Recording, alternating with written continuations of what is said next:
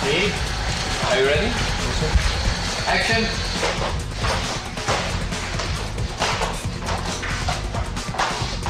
Since I am on television, I deem it necessary to wear what are called in the trade the robo glasses. Anyway, whoa.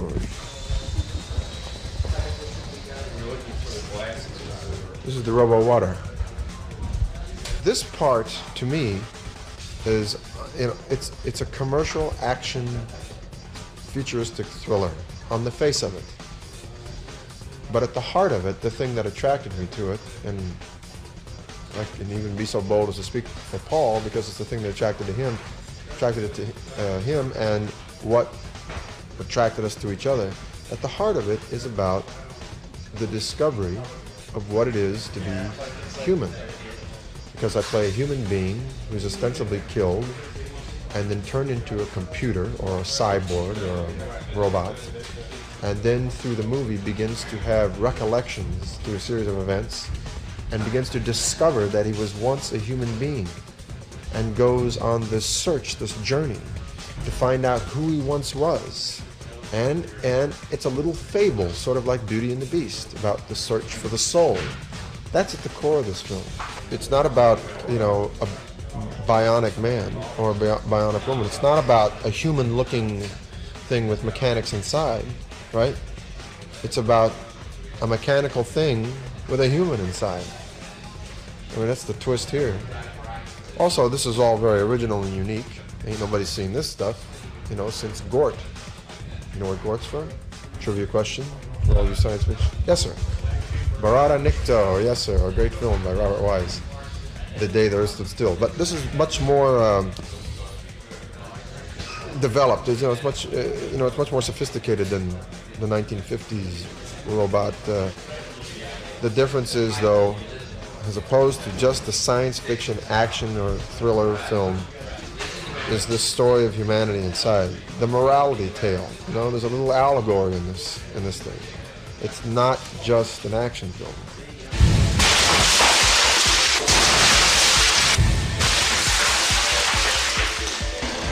Feet. Head. I'm a little teapot.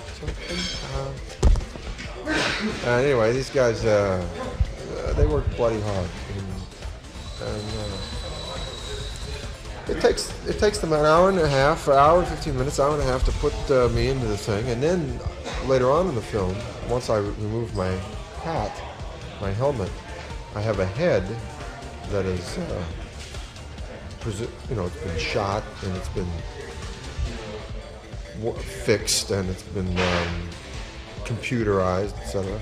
And this is a whole nother design, and that takes 4.5 hours to put on the head alone. And then another hour to put on this. It ain't easy, pal. It ain't all dames and glamour, in case anybody asks.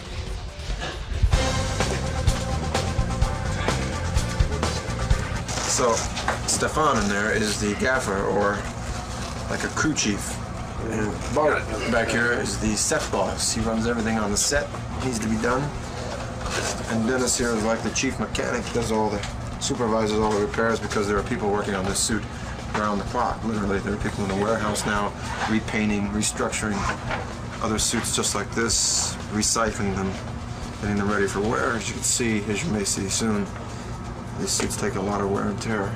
Every once in a while, one of these guys works a little bit longer than usual. And I stand here for a while, and all of a sudden I go, what the hell's going on? They say quit moving, or it's going to take longer. They say quit moving, or it's going to take longer. These ridiculous things coming out of my ears are just ridiculous things coming out of my ears. Actually, they're pieces of robo paper.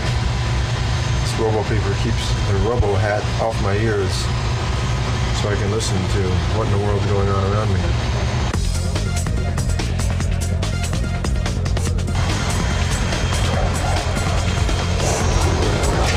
Not as easy as it looks. And there's a lot of great action in it too. I mean, not for nothing. To take the human condition story out of it, you take the romance out of it, you take the fairy tale out of the thing.